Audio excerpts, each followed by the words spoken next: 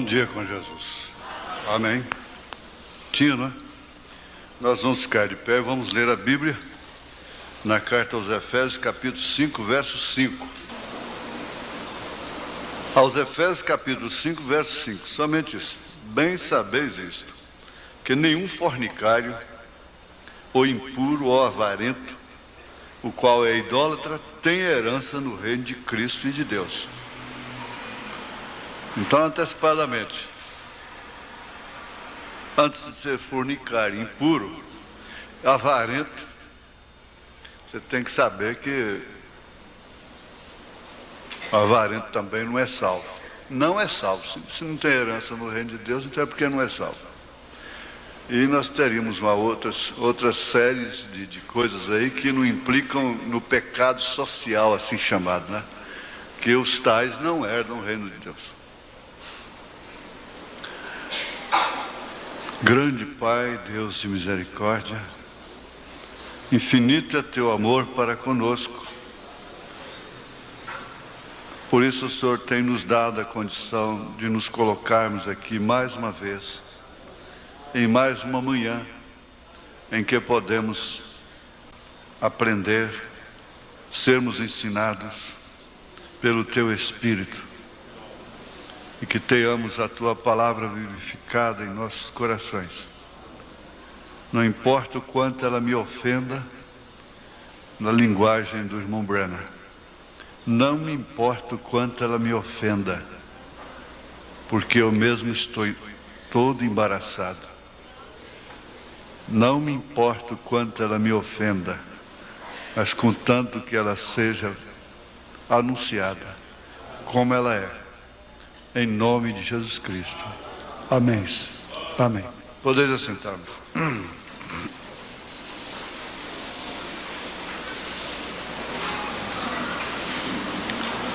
Essa cartinha aqui, olha, a pessoa pediu para ser respondida no domingo da ceia. Naturalmente não pode vir. E ela implica, eu até não faria questão, quer dizer, eu gostaria de conhecer a irmã pessoalmente, mas pelo prazer de conhecer, não por causa do fato em si, não é? Mas implica em uma palavra, fornicação. Agora, de acordo com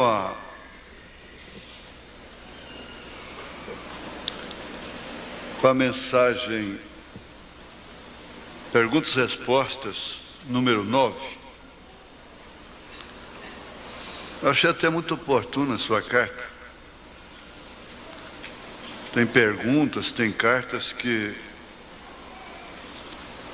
contribuem até com o culto e beneficiam a igreja. Domingo passado mesmo, uma irmã foi no escritório com um caderno de anotações, mas não é qualquer pregador que dá conta de fazer aquilo, sobre o estudo de casamento. É de admirar como ela dá conta de fazer aquilo. Aqui é uma pergunta para o irmão Branham, no parágrafo 185, perguntas e respostas. Agora isso está incluso, assunto de casamento. Depois da salvação, o assunto da igreja principal é casamento e divórcio. Deus deu essa mensagem, casamento e divórcio, no Pilar de Fogo, lá em Tucson, lá no Kennedy Sabino, né? Porque é um assunto sem fim, enquanto nós estivermos nessa dimensão. Então, perguntaram para o irmão Brenner, irmão Billy, qual é a diferença entre fornicações e adultério? Mateus 19, verso 9.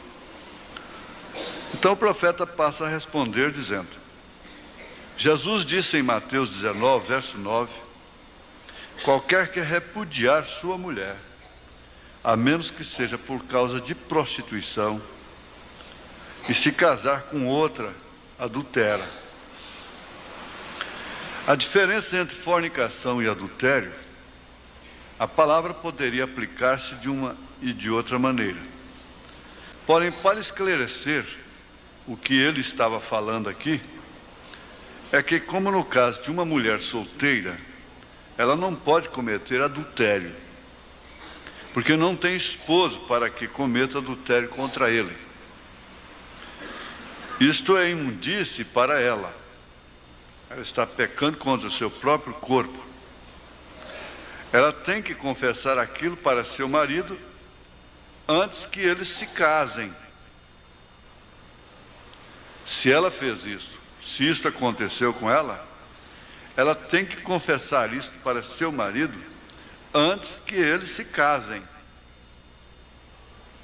Se não, e seu esposo descobre isto mais tarde, ele tem o direito de deixá-la porque ela fez um voto falso.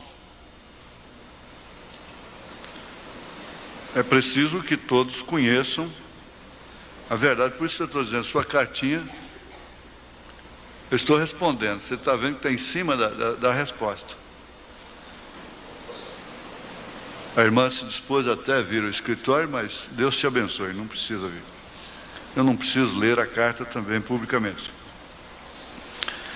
Pois a Bíblia diz, seja pois, ou o ritual diz, seja pois conhecido de vós. Eu tenho escrito isto no meu, que se algum casal tem sido unido de outra maneira que não seja o que a palavra de Deus permite, o matrimônio deles não é lícito.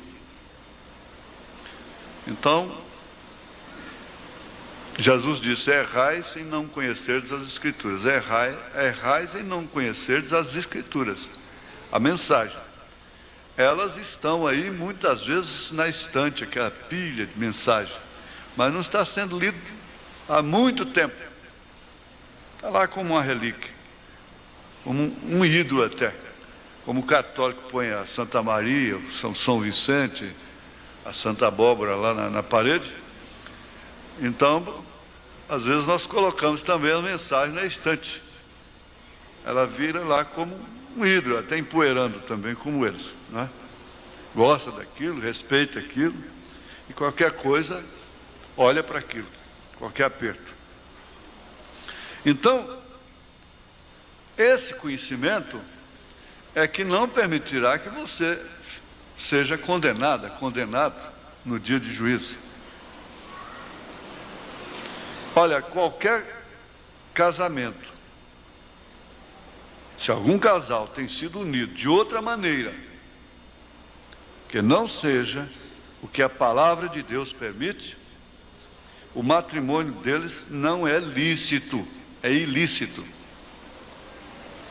Agora Paulo diz, não é tudo que é lícito, todas as coisas me convêm, nem todas me são lícitas, como nem todas me convêm, né? Não é todas as coisas que são lícitas que me convêm. Então não adianta você estar se casando por si mesma, por si mesmo, não é? Porque tem sido de outra maneira que não seja a palavra de Deus permite. O que qualquer um de nós está sujeito a cometer, principalmente no tempo da ignorância. Então, o matrimônio deles não é lícito. Eu exigirei a responsabilidade do juízo quando os segredos de todos os corações serão revelados. Se algum de vocês sabe de algum impedimento pelo qual essa união não será legal, fale isto agora. Agora, veja só. O certo é quando se anuncia um casamento, dizer assim, se alguém da igreja tem alguma coisa bíblica contra esse casamento, deve dizer, deve se manifestar. O certo seria isso. Quer dizer, nós saímos de um extremo e devemos ter cuidado para não cairmos no outro. O extremo do legalismo e cairmos no extremo do liberalismo, não é? Isso é que pode acontecer. Então entra o fator caridade, circunstâncias, e tem que ter paciência, e coisa e tal. E como eu estava comentando ontem com um irmão, acaba sempre ficando como eles querem. De todos os jeitos que os pais têm que dançar conforme os filhos tocam. Não os filhos dançarem conforme os pais tocam. Quer dizer, os instrumentistas do lar, da família, a coisa ficou na frente, né? O carro passou para frente dos bois. São os filhos, são as circunstâncias.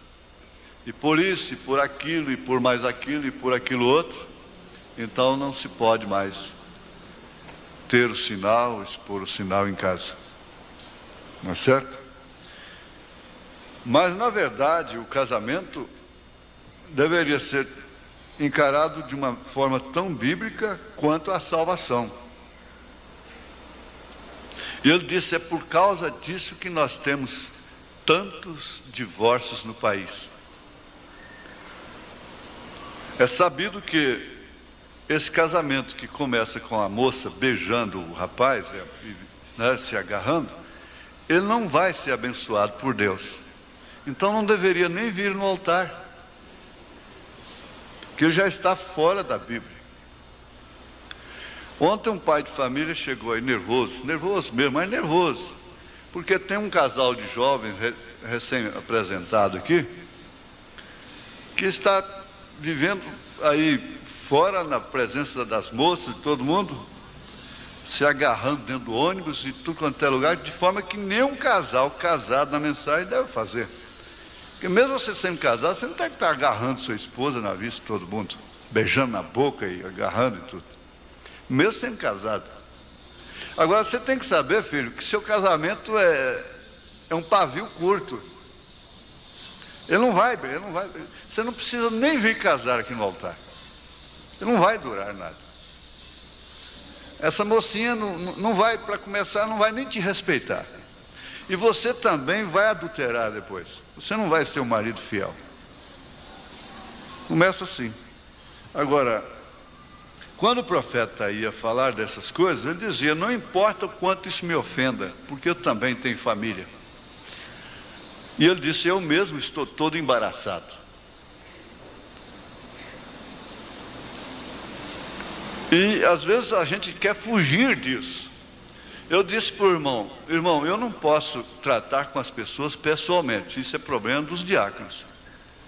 O senhor vai na junta e fala com a junta. Se o senhor quiser ser mais caridoso, chama o rapaz, o pai do rapaz, e fala com eles particularmente. O senhor estará sendo mais caridoso. Porque ele está agindo, ele disse que deu a vontade até de dar um murro no rapaz outro dia dentro do ônibus, no irmão. Está demais, não é qualquer casal do mundo que procede igual esse casal. Então dizem que algumas moças daqui apenas arrumam um namorado, já está dentro do carro, e de boca colada. Bom, você já tem que saber que você é uma moça fácil. Essa moça que vai dando a boca assim é uma mulher fácil. E ele, por sua vez, já não tem confiança interior nela. Ele gosta da coisa, acha bom, tudo, mas o homem que faz isso, ele não tem confiança naquela mulher interior.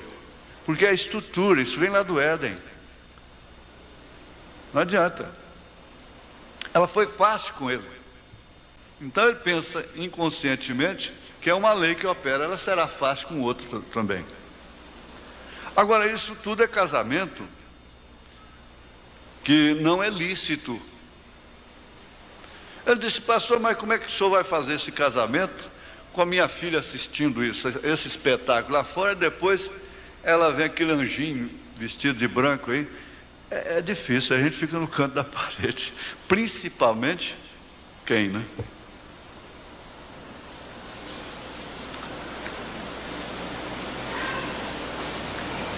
Agora, vocês têm que entender isso, que o irmão Branham, olha, irmã, muito obrigado pela sua carta, não é?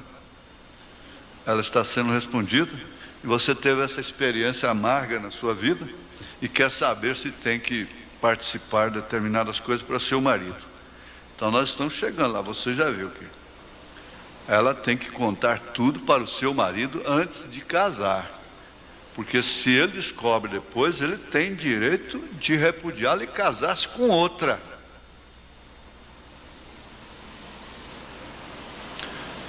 Tudo que um homem descobre de uma mulher em relação aquilo que afeta a comunhão, a moral dele, lhe dá direito de repudiar a mulher. Agora você diz, e a mulher pode repudiar o homem? Não.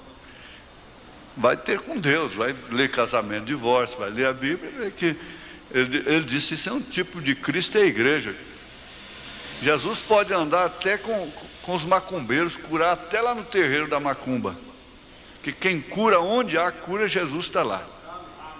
Ele pode andar com quem ele quiser lá, mas a igreja dele não. A igreja dele não. Ele disse, isso é um tipo de Cristo na igreja. Jesus pode fazer maravilhas aonde quer que seja. Agora, aquilo não é esposa dele. Não que ele esteja em fornicação com elas, mas ele está lhes abençoando. Toda a bênção que vem sobre a terra é de Deus. O diabo não tem bênção, só tem maldição. Então, essa consciência ela tem que ser autêntica.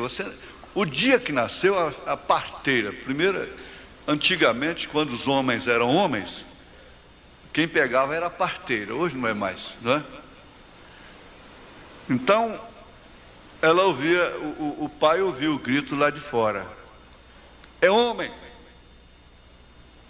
Então, nasceu homem. Ou então, é mulher. Nasceu mulher. Há uma diferença biológica muito grande e uma diferença de estrutura e de encargos. De encargos. E há uma diferença biológica que ela é fundamental. Agora, por que tanta gente com semblante caído? Por quê? Por causa disso.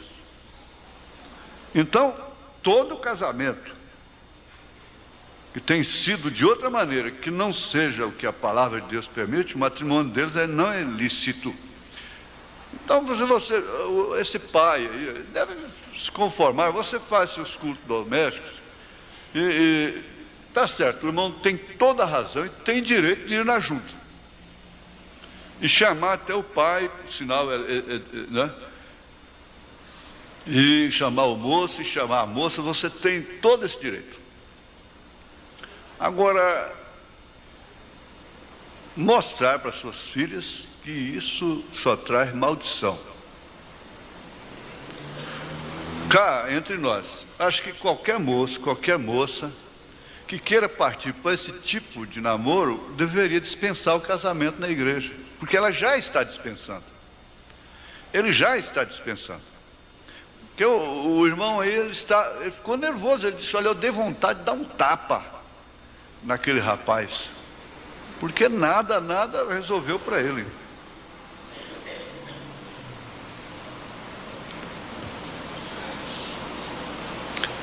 Eu exigirei responsabilidade a ambos, quando vocês certamente responderão no dia do juízo, quando os segredos de todos os corações serão revelados.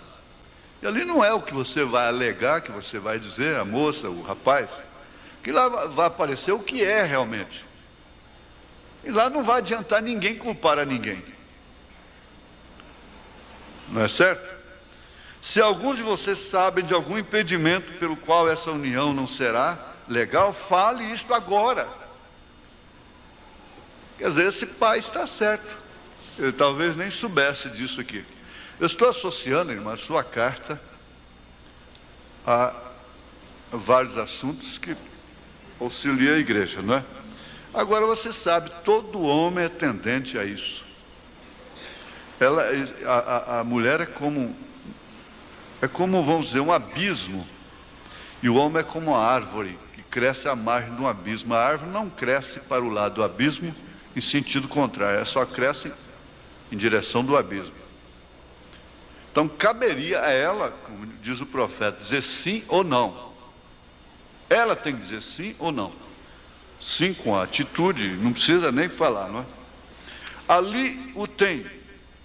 Então fornicação é que uma moça não vive uma vida limpa. E não quer dizer que uma moça fornicária é só aquela que perdeu a virgindade, não. Há muitas moças que não por perderem a parte biológica apenas, aqueles, não é? A virgindade, acham que não são fornicárias. Elas são fornicárias, elas cometem fornicação. Porque elas andam cometendo relacionamentos que, como o profeta disse, de uma maneira até forte, né, que agitam os espermas do homem. Ele falou, eu posso falar. Não é certo? Então essa é fornicação, porque ela não tem marido. Porém, quando ela está casada, então é quando ela vive assim. Ela vive assim, então ela comete adultério contra seu marido. Como a mulher não trai o marido só quando ela deita na cama com outro homem. Ela trai o marido até em pensamento. E ela namora também. Uma mulher veio algum tempo atrás e ela disse, eu tenho confessado tudo isso. Ela estava nervosa e teve um choque nervoso e disse, é o caso da irmã. Eu tenho confessado tudo isso a Deus. Porém, você tem que confessar isto a seu marido. Eu não sou eu quem estou mandando a irmã confessar. Eu não mandaria. Quem está falando que você tem que confessar é o irmão Brenner. Consequentemente, é o Espírito Santo, não é? Que usava ele de acordo com as Escrituras. Então, ela estava nervosa e teve um choque nervoso e disse, eu tenho confessado isso a Deus. Ele disse, porém você tem que confessar isto a seu marido. Respondi eu, não foi contra Deus que você cometeu adultério, foi contra seu marido. Isto é correto. E se um homem casa com uma mulher que não haja vivido limpamente antes de haver se casado com ele, e então ela vem, veja, e ele, depois de haver vivido com ele por algum tempo, e diz, amor, tem que contar, não é? Quero te dizer uma coisa, eu saí com outro homem e nunca te disse isto. Jesus disse que ele tinha o direito de rejeitá-la e casar-se com outra, porque eles não estão casados no princípio, porquanto ela lhe disse uma mentira, mentiu a ele. Então tem que ser encarado como ela é, como a coisa é. Então fica bem explicada essa parte. Agora, está certo que a irmã foi levada por companhias no seu tempo da incredulidade. Eu diria assim, você foi feliz andar no lugar que você andou, estar na condição que você esteve, e Deus ainda preservou, vamos dizer, o principal. Agora, se isso te incomoda, de acordo com a palavra, você diga para ele, olha, felizmente Deus me guardou, mas eu cometi fornicação. Eu andei induzida, como o senhor está dizendo aqui, induzida por companhias ímpias. Vocês pensam que companhia é uma desgraça. Você começa a arrumar coleguinhas, e há moças mais experientes que estragam as moças mais novas. Ensinam elas a falarem palavras impuras, imundas e coisas imundas, porque elas já têm certas experiências. Ao invés delas dizer, olha, não vá por esse caminho, não faça isso, coisa e tal, elas fazem empurrar, em alguns casos, né? Então, a irmã diria, olha, eu tive uma vida, na verdade, impura. Ela não foi limpa. Graças a Deus, Deus me preservou. Agora, eu sou fiel a você. E deixa o resto por conta dele, né? Agora, contudo, a irmã ora, vê se isso é o Espírito Santo mesmo no seu coração, porque as consequências são de inteira responsabilidade sua, não é? É você negando-se a si mesmo, tomando sua própria cruz. Então, a fornicação é um pecado da carne. E todo contato do homem com a mulher, e vice-versa, fora do matrimônio, é fornicar. Ele não é só a prática do coito. Inclusive, importunar uma pessoa é fornicação. Apoquentar é como diz, azucrinar a pessoa. É fornicação. Não é só no sentido moral. A pessoa começa a azucrinar, para me explicar melhor, apoquentar, importunar, implicar. Ela está cometendo fornicação. Ela é uma fornicária. Então, o que a Bíblia diz? Você tem que entender o que a Bíblia diz. A Bíblia está dizendo, é Deus dizendo. Aqui em Deuteronômio, capítulo 11, verso 26. Eis que hoje eu ponho diante de vós a bênção e a maldição. Nós citamos isso aqui sexta-feira passada. A bênção quando ouvirdes os mandamentos do Senhor vosso Deus, que hoje vos mando. Porém a maldição se não ouvirdes os mandamentos do Senhor vosso Deus, e vos desviardes do caminho que hoje vos ordeno, para seguirdes outros deuses que não conhecestes. Se você quer marcar isso, é Deuteronômio, capítulo 11, 26, 27, 28, não é? E ainda, Apocalipse, capítulo 21, verso 8. Mas quanto aos tímidos, e aos incrédulos, e aos abomináveis, e aos homicidas, e aos fornicários, e aos feiticeiros, e aos idólatras, está tudo misturado isso aí. Você que vive perturbando os outros, está misturado com isso. E a todas as mentirosos, a sua parte será no lago que arde com fogo e enxofre, o que é a segunda morte. A mentira tomou conta, está na cabeça de tudo quanto é negócio, de tudo que vai empreender. Você viu aqui, falando domingo passado, sobre a cola, né? Aluno colar. Então, a mentira, quer dizer, para se obter uma vantagem, nem planeja e arquiteta uma mentira. Para se obter uma pequena vantagem na vida, que vai se ver às vezes é de inferno amanhã. Não importa, aquela aluna quer passar, aquele aluno quer passar, ele quer fazer aquele negócio, quer vender a casa, vender o carro, não importa quanta mentira tem que ter naquilo. Importante é pegar o dinheiro. E virou uma coisa assim, tudo isso está enquadrado no mesmo mal. Não pertencer ao reino de Deus é pertencer ao reino do diabo. O problema é esse. Agora, para finalizar, o único pecado, veja, irmã, o único pecado que não tem perdão é a blasfêmia contra o Espírito Santo. Quer dizer, se você vai endurecendo seu coração mesmo sem blasfemar, você não tem retorno depois, porque você vai além dos limites. Mas você foi além dos limites, tendo sempre uma chance de voltar. Quem blasfema contra a mensagem, por isso que é muito, olha, antes de censurar uma mensagem, você devia botar as duas mãos na cabeça e pensar demais. Pensar demais, ter certeza demais do que vai falar. Porque se aquilo for o Espírito Santo, cuidado. Então, é um conselho que eu dou, assim como irmão, não é?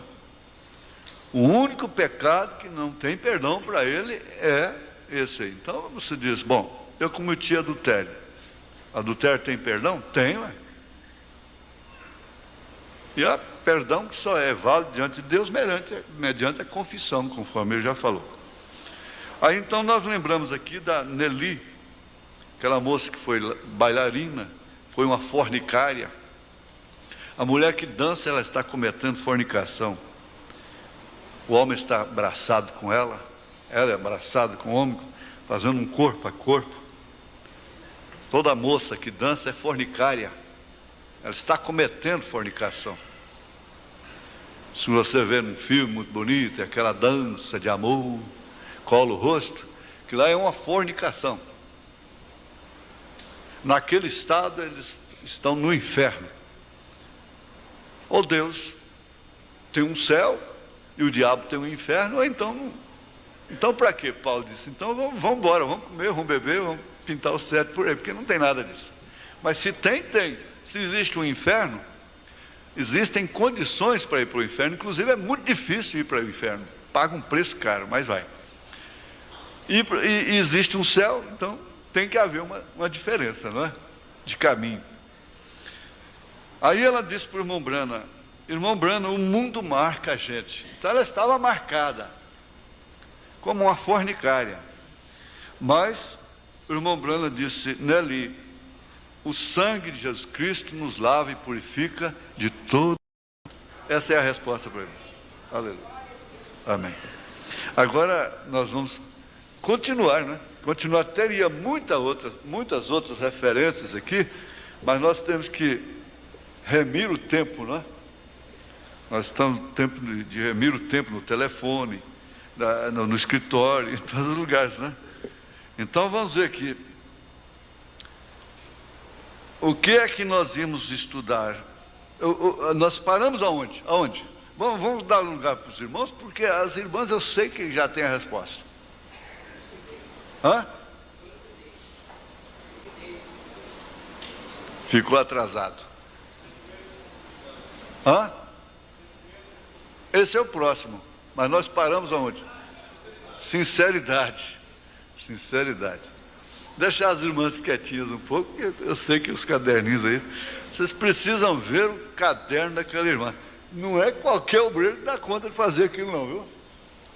Não é não. Até se a gente pegar aquele caderno, a gente prega um ano todo depois, né? Mas está bem. Tem que se aprender em cada momento da vida a respeitar a liberdade interior de cada um. Existe uma liberdade interior que tem que ser respeitada e que o próprio Deus respeita. Isso é que tem que ser bem conscientizado. Existe uma liberdade interior na pessoa que o próprio Deus respeita. Agora, nem por isso ele deixa de avisar do abismo, né? Casal com relacionamentos normais são aqueles que não são inquisitoriais a cada instante. São aqueles que não estão perguntando demais, querendo saber demais, para entender melhor. Inquirir. Sobressaltando-se com indagações desse tipo. Em que você está pensando, bem? O que você está pensando agora? Não, você tem que me contar. E daquilo ali, então, vira uma atmosfera sobrecarregada e vira uma contenda. Querer dizer tudo e saber tudo do outro, de certa forma, é tentar tranquilizar-se, porque, no fundo, não se está muito seguro do outro e nem de si próprio. Há maridos, há homens que não gostam de estar sabendo, tanto quanto é detalhezinho da vida da mulher. Por natureza mesmo, eles não gostam. E coincide, às vezes, dela ser uma minuciosa. Quer tudo detalhar, quer expor tudo. E ele fica nervoso, ele rejeita aquilo por dentro. Ele tem que saber o essencial. Ela tem que saber o essencial. Você já pensou a mulher de um médico? Quem que você atendeu hoje? Que cor que é ela? Quantos anos ela tem? Quanto tempo demorou a consulta? Que jeito foi feito o exame? Aquela inquirição todos os dias, esse médico fica doido, fica. Um diácono. Bem, o que a irmã foi fazer lá na junta hoje? E isso e aquilo outro. Isso não falando dessas mulheres curiosas com a vida dos outros, né? Que isso aí já Paulo chama de outra coisa. Estamos falando do casal. Sabe-se que o diácono que tem uma esposa assim, ele fica desqualificado para ser diácono. Ela não tem nem que saber, nem perguntar por que ele demorou na junta, como é que foi o caso daquele irmão. Ela não tem nada que saber. Nós estamos saindo um pouquinho, mas com uma aplicação, não é? Agora, no fundo, esse interrogatório demonstra que não está muito seguro do outro e nem de si próprio. E quando o homem não tem confiança que aquela mulher o respeita, o ama, ele é um infeliz. Então ele quer manter a sua honra através de vigilâncias, não é? Ele tem que ser um atalaia, dia e noite. Agora vamos para sentimento de responsabilidade. Entre os inúmeros e sutis fatores de coesão,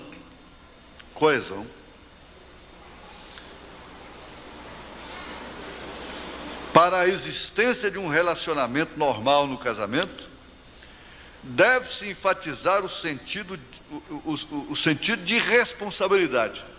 Agora, às vezes, olha, presta atenção, que uma criança, dentro de casa, você tem 3, 4, 5 filhos, 1, 2, ou um mesmo, já destaca com maior sentimento de responsabilidade. Ele tem um sentido de responsabilidade.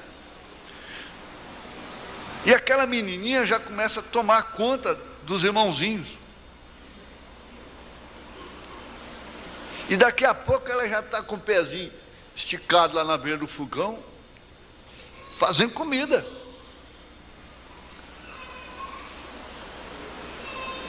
E ela já incomoda com a roupinha lá no chão, do irmãozinho, coisa e tal, e com a casa suja.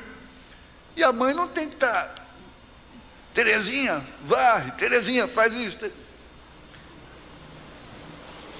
A mãe apenas vai coordenando, ensinando.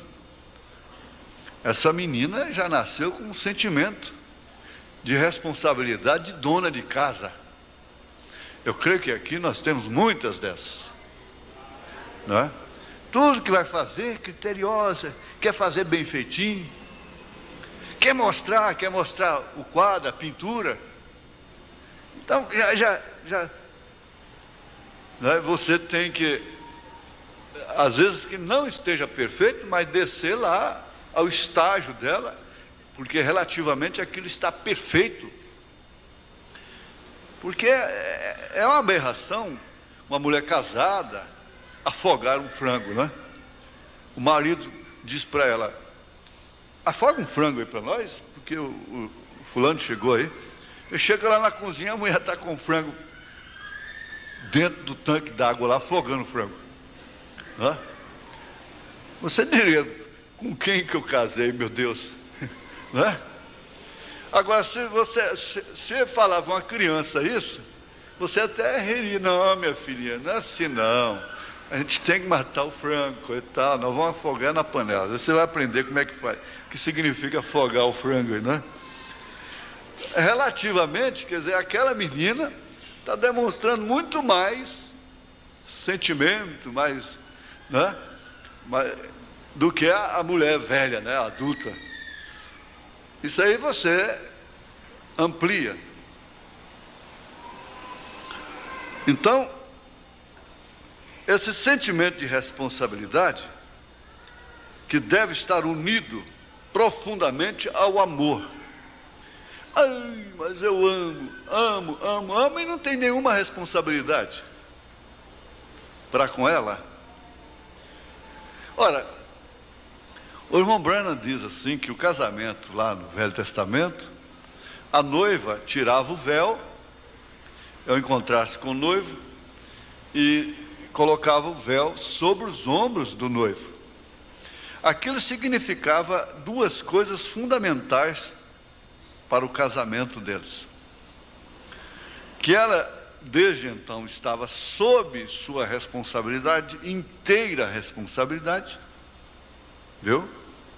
E também significava que ela estava inteiramente submissa a ele. Porque o casamento sempre foi assim. Agora não, mas então era assim. O casamento original era isso, era a moça saindo da responsabilidade, de debaixo da responsabilidade do pai, para a responsabilidade do marido, de debaixo da submissão ao pai, aos pais, para a submissão do marido. Ela não tinha um intervalo de vagar por si mesma, criando a sua própria bolsa, sua própria economia, para ter para onde levar o rapaz depois. A gente fala, às vezes sorri, mas está chegando uma época quase que, ao invés da mulher cheirar a roupa do marido antes de lavar, é o marido que vai ter que cheirar a roupa da mulher antes de lavar, né? Com esse suor, com esse perfume, não é que ela está ganhando o meu pão de cada dia. Infelizmente, essa é a situação da hora, é a condição do tempo. Isso é uma coisa completamente adversa ao casamento, de uma forma original.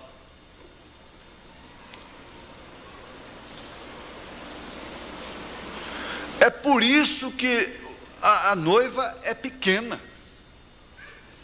Porque voltar para o princípio, voltar para a igreja primitiva, seria em quê? Somente no batismo e coisa tal, seria em quê voltar? Então elas já têm que preparar o futuro delas, porque não sabe o que vai dar o casamento. Amanhã ele larga ela chupando pirulito, vira a cabeça para o lado de outra, some no mundo. Ele não tem nenhum senso de responsabilidade. Agora, já tem o bendito casamento com separação de bens, não é? O bendito, entre aspas. Porque o que eu resolvi no plenário, nós resolvemos o seguinte: na hora de casar, nós nem olhamos ali se foi com comunhão de bens, se não foi, problemas seus. Problemas seus. A gente só olha o nome que ela recebeu e pronto, né? Porque as circunstâncias são tão grandes, a condição do tempo realmente reflete a arena desse século. É isso que é a fogueira. Agora, assumir responsabilidade seria exatamente isso. Casar-se é uma coesão composta desses 6 principais itens: fidelidade, esse já é o 3. É a atração entre sexo, que é indispensável por causa do fator biológico, nós estudamos. O amor, a fidelidade, a lucidez, a sinceridade, o sentimento de responsabilidade. Agora, veja se isso não enquadra tudo ali na Bíblia Sagrada e em casamento e divórcio. Enquadra perfeitamente.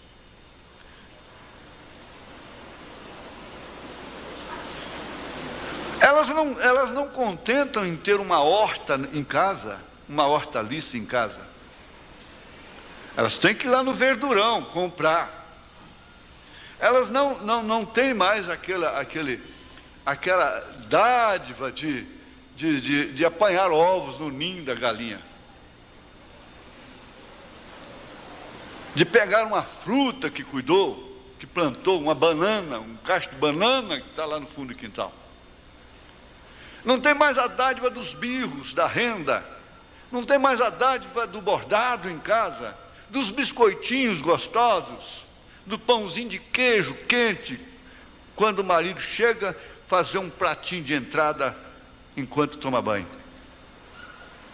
Não tem mais essa dádiva porque não há tempo para isso. A condição do tempo não permite. As circunstâncias não estão permitindo. Então, o que você tem que fazer?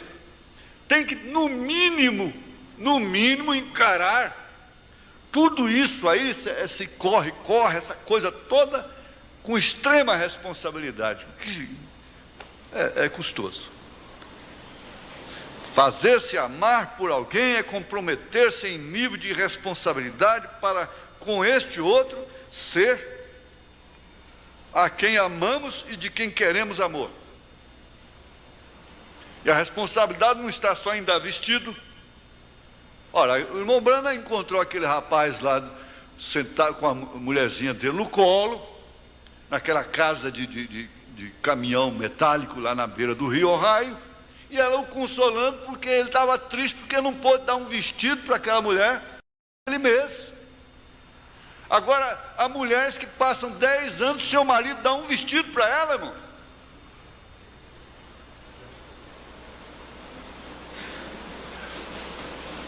Afinal de contas, ela veste de que forma? É daqui, é dali, vende meia dúzia de ovos e faz um bordadinho. Tudo bem, está ajudando. É uma ajuda boa, isso agrada a Deus. Ele nunca tem um almoço para ela, só ela que tem um almoço para ele. O profeta disse, ele nunca pode ter, ele nunca pensou em dar um almoço de descanso para ela. Então, o sentimento de responsabilidade também não é só dar as coisas. Assume também as satisfações sentimentais, porque existe o fator psicológico que tem que ser alimentado e que nutre a confiança, a coesão.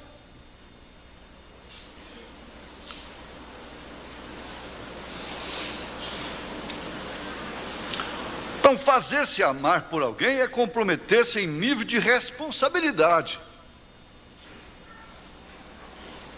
Agora, que responsabilidade você vê nessa mocinha, rapaz, que fica dando a boquinha para você no meio da rua aí, dentro do ônibus?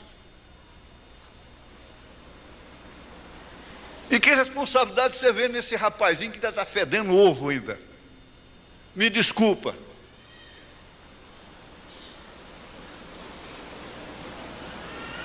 Pode ser um grande varão, um grande homem que está arrebentando aí. Isso não afeta, vamos dizer, a repreensão no momento não afeta, pelo contrário, aduba esse grande homem de amanhã que pode ser você. Mas a responsabilidade não é só isso. É uma força de coesão externa. Interna, nem se discute. Porque há uma correspondência interna. Já se casar por um fator interno, não pelo fator externo. Ninguém deve se casar pelo fator externo, se bem que aquilo contribui. Mas pelo fator interno, assim ensinou o profeta. Por indispensáveis e prioritárias que sejam as forças de coesão interna, é também necessário satisfazer a necessidade que o casal tem a estar dentro de estruturas que o ajudem a resistir às forças de destruição que sempre estão bombardeando o lado externo do casamento. A árvore tem uma raiz que corresponde com o seu tamanho, sempre foi assim. E aquilo está oculto, ninguém está vendo, aquela parte interna. A parte externa que recebe o bombardeio das ventanias, o sol causticante, às vezes excessivo, e estas coisas todas. A interna está ali para sustentar o edifício. A necessidade de estruturas exteriores, de manutenção, é uma necessidade humana. Se você não tem um sistema de manutenção dessa casa aqui, ela vai virar pura teia de aranha,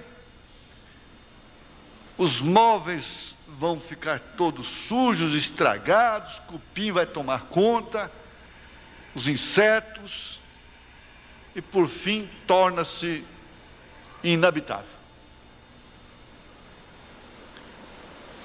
Existe um sistema de manutenção para todas as coisas na Terra, para todo o sistema físico, e mesmo químico e mesmo psíquico, porque enquanto nós estamos aqui, nós estamos sujeitos a tudo isso, sujeitos, não é? Depois lá não, mas aqui nós estamos na dimensão humana, nós somos uma química.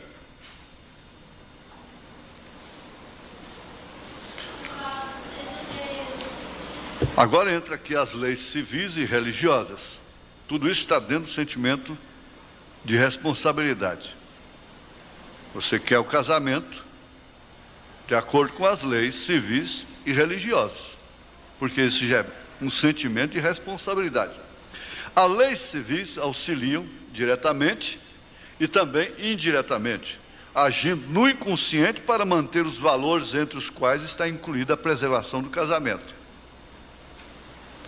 E é de parecer universal, todos sociólogos, psicólogos, que o casamento fora, quer dizer, a união do homem com a mulher fora do matrimônio, ele falta sempre o essencial. A religião também funciona como uma instituição estruturante do ser humano, mantendo leis permanentes de coesão do casamento. Agora, para nós aqui, isso seria aquilo que o profeta ensina sobre o assunto. Porque tudo isso aqui nós temos que ter amparo bíblico e na palavra e na experiência também, no dia a dia, não é? Então, não seria propriamente a religião. Quer dizer, socialmente falando, tem que falar religião. Mas, de acordo com o casamento de divórcio, seria a revelação. Você não quer ficar nunca sem a pessoa? Você não deseja ficar nunca sem ela? E quando você se sente longe dela, você se sente tão perto dela, que o seu físico, às vezes, os seus sentimentos sofrem por não poderem apalpá-la, tocar nela. E essa é a maior angústia que um homem pode sofrer, uma mulher pode sofrer. Eu vi uma fita uma vez, que um rapaz morreu num acidente, ele gostava demais da moça. E como que, eu diria, na quinta dimensão, né? Ele ficou acompanhando a moça todo o tempo de sua vida. Onde ela ia, ele estava com ela. E quando algum perigo se aproximava dela, ele fazia tudo, ele ficava angustiante para fazer alguma coisa por ela, mas não podia, porque estava fora da matéria, ele não tinha como tocar. Quando ele ia tocando, era nada para ele. Aquilo foi muito bem feito para ilustrar isso aqui. A distância faz isto. Isso é que é a saudade. A saudade aumenta. A saudade, você só tem saudade daquilo que está com você, que está dentro de você. A saudade opera no exterior, nos sentidos, que não podem ser satisfeitos. A visão, ver, abraçar, tocar, conversar.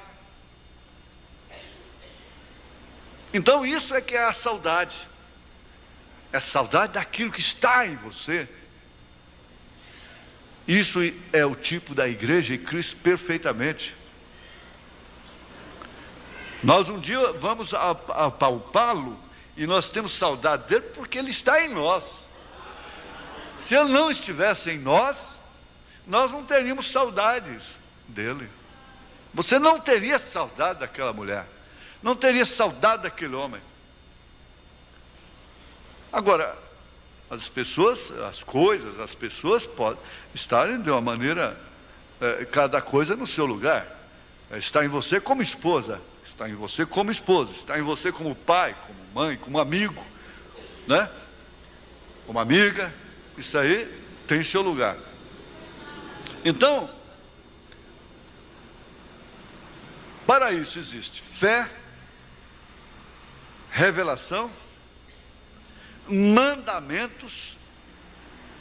Aí você pega Efésios 5, só o Efésios 5, 23 ali em diante já chega, né? E entra também o ritual.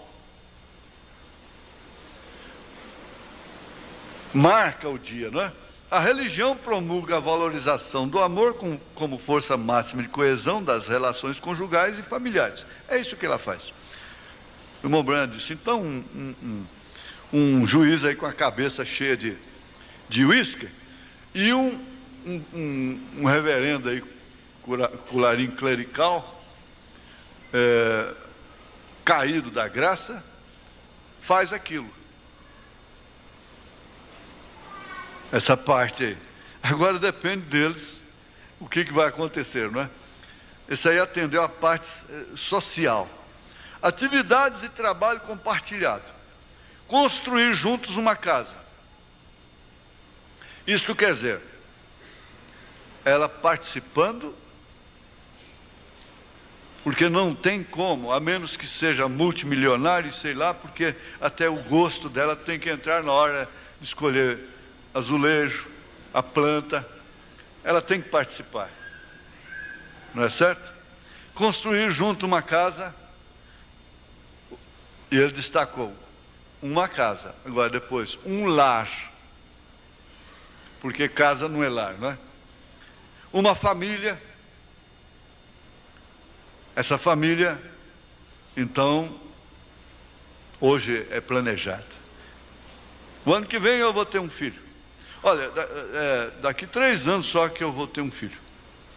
Daqui 5 anos só. Então, tudo bem, planejou, né? É planejado. Une o casal dentro de um fim comum e estabelece um esforço compartilhado. Os dois juntos,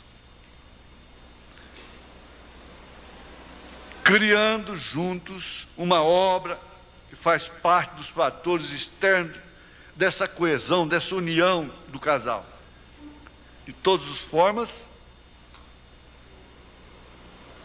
é ela e ele quem está construindo.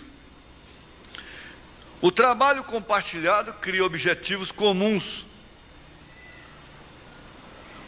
Porque se estamos fazendo a mesma coisa, então o objetivo se torna comum. Se um está plantando trigo, o outro está plantando aveia, o objetivo pode ser comum na alimentação, né? No fim, alcançado de alimentar. Mas na lavoura em si, um está para lá, outro está para cá. Mas aqui, então, é compartilhado, formando objetivos comuns.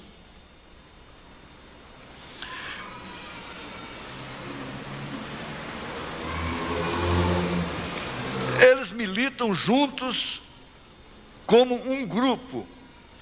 E uma família é um grupo unido, homogêneo, misturado, juntos, tem a mesma cor, pensam da mesma forma, discutem entre si e chegam a conclusões sem irritações, sem derramar adrenalina. Porque isso é para o casamento neurótico. Se o seu casamento é neurótico, você não vai chegar a conclusão nenhuma sem um mau tempo. Aí depois que passa, você tem que lembrar do reverendo tipo, graças a Deus, passou o mau tempo, né? Aí depois que passa o mau tempo, aí toma um chazinho, então, dá um abracinho e tal, mas tudo que vai fazer tem que tremer, tem que chorar, tem que bater na parede, tem que bater com a cabeça na parede, pum, pum. Para a hora que parar, fica bom, né?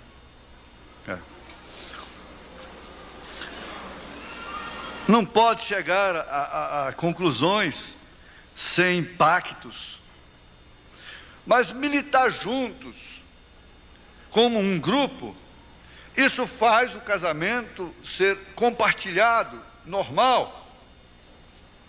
Compartilhar de uma ideologia comum, religiosa. Não se sabe como que uma pessoa pode pensar em casar-se com a outra que não crê na mensagem, que não é... Que jeito que vão ser criados esses filhos depois?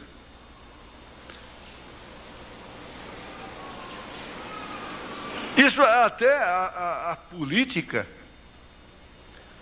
de uma família deve ser a mesma. O fator humanitário, o transcendente,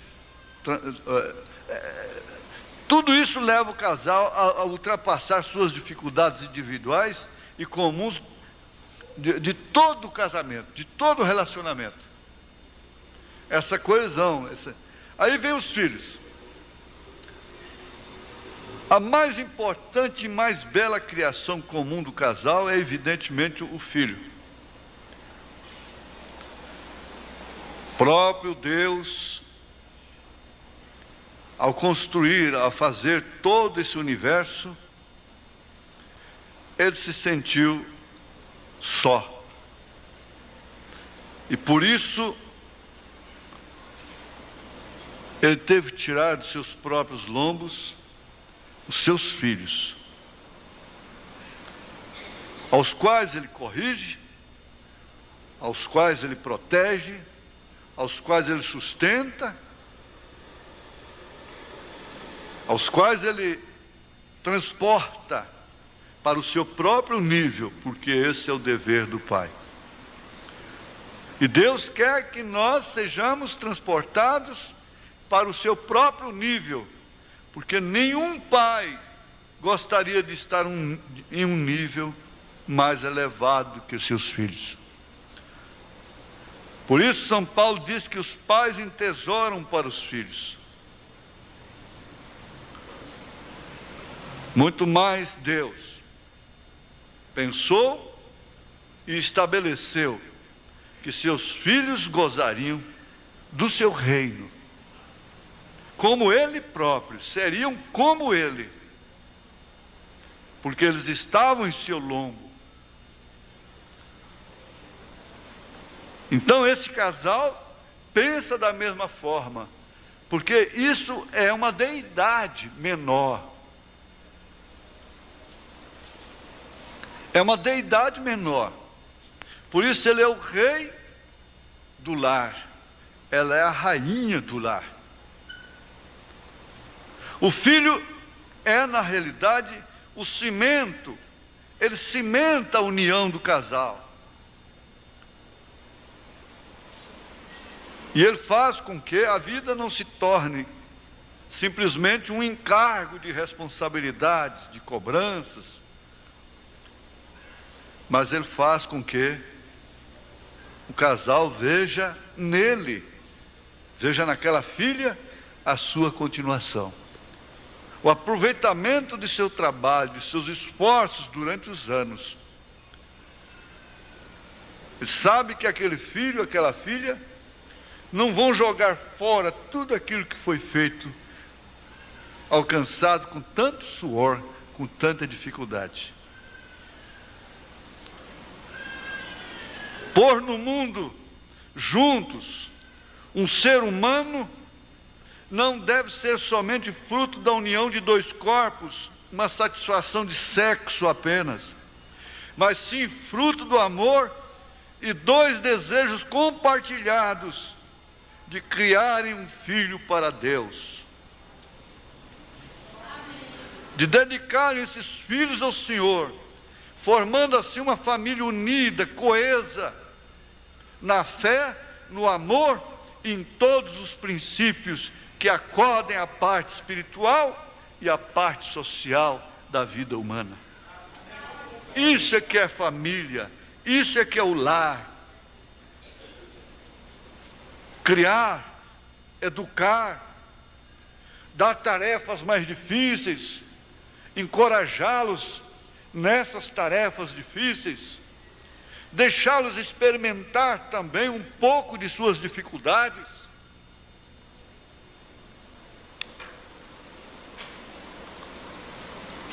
Que coisa, hein?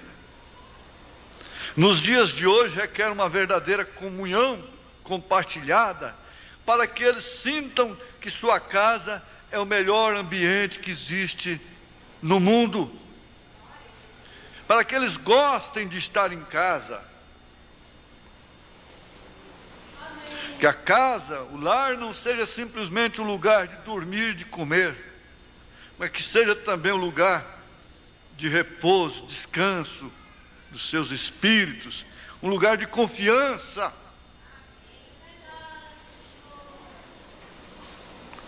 Esse é um sonho, né? É um sonho. Dizer, eu sonhei um sonho. Este sonho sempre foi um sonho que não passou de um sonho e será sempre um sonho. É?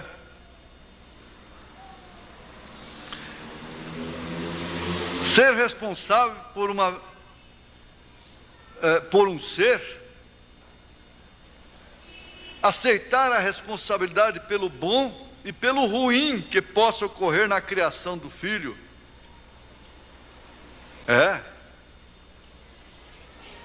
Na realidade, extremamente estruturante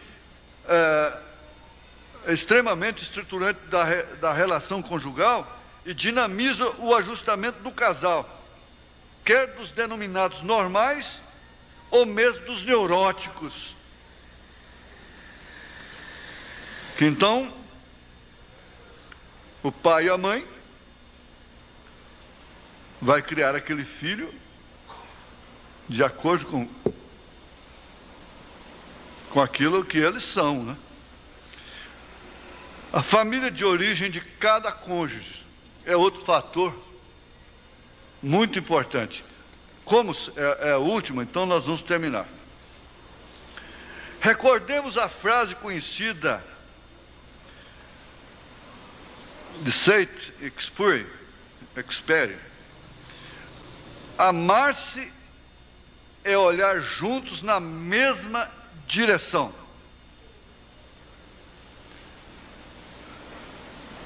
Companheirismo é estar no mesmo barco. Amar-se é estar no mesmo barco, olhando na mesma direção, com o mesmo alvo.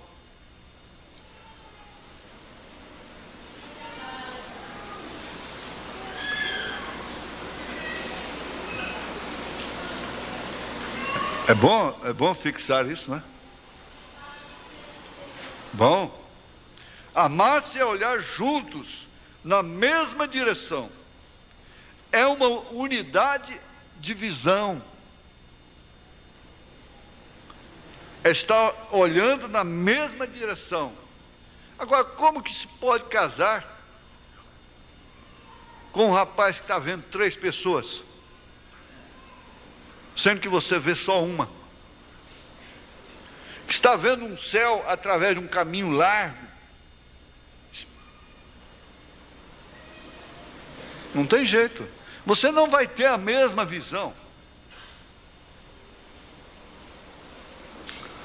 Na atualidade do casamento falsamente negado pela situação da emancipação e liberdade da mulher, que isso é uma falsa, isso é uma coisa falsa, é preciso ensinar aos jovens noivos e recém-casados quantas coisas há para se olhar na mesma direção que constituem forças de coesão. Por isso, que se diga a esses rapazinhos noivos: vocês não estão amando essas meninas aí dentro do ônibus, aí na porta da igreja, onde quer que seja.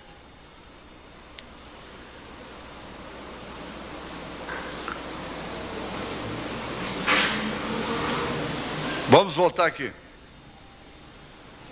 É preciso ensinar aos jovens noivos e recém-casados quantas coisas há para se olhar na mesma direção, que constituem forças de coesão. Agora, os pais ajudam muito nisso. Ensinar para eles, destacar coisas que eles têm que olhar no mesmo sentido. Começando pelo sistema de criação desses filhos. Porque isso, na verdade, tem que ser planejado. De que maneira nós vamos criar o nosso filho? Olha, aí você já vai ver que ambos têm que olhar na mesma direção. Porque se o pai está olhando para um lado em relação à criação de um filho, e a mãe olhando para o outro, o que o pai faz, a mãe desfaz. O que a mãe faz, o pai desfaz. Não, não é assim, é assim. Não, não é assim, é assim. Quer dizer, esse menino, essa menina vai ficar neurótica.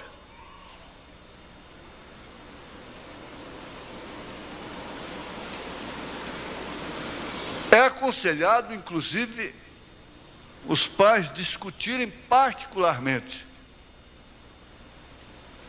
cada problema de seus filhos particularmente, no quarto. Mas esse pai, essa mãe, que lança deficiências do filho na presença dos outros irmãos dele, os outros irmãos passam a humilhá-lo também. E lança no rosto dela mensagem negativa, pessimista.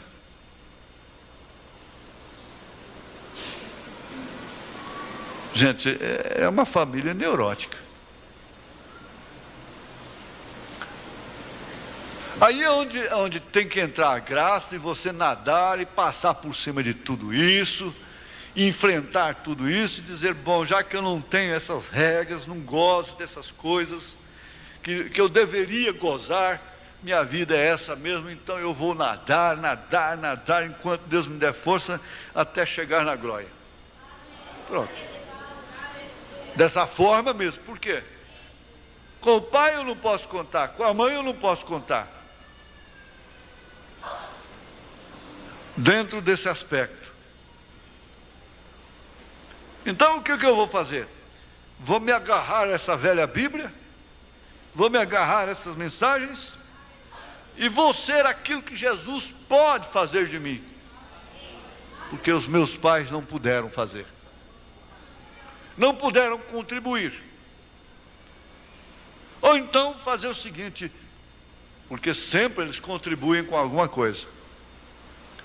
Eu pego isso com esse pouco com o qual eles contribuíram e associo ao fato, à realidade que existe, mesmo eu não tendo recebido, mas se elas existem, então eu faço de conta, eu recebo por minha conta própria.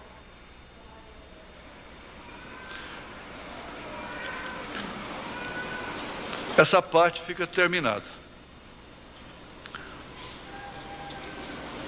Agora vem, se Deus permitir, ajustamentos no casamento, a parte 2, que vai entrar a incompatibilidade física e psíquica, que é um fator muito tremendo.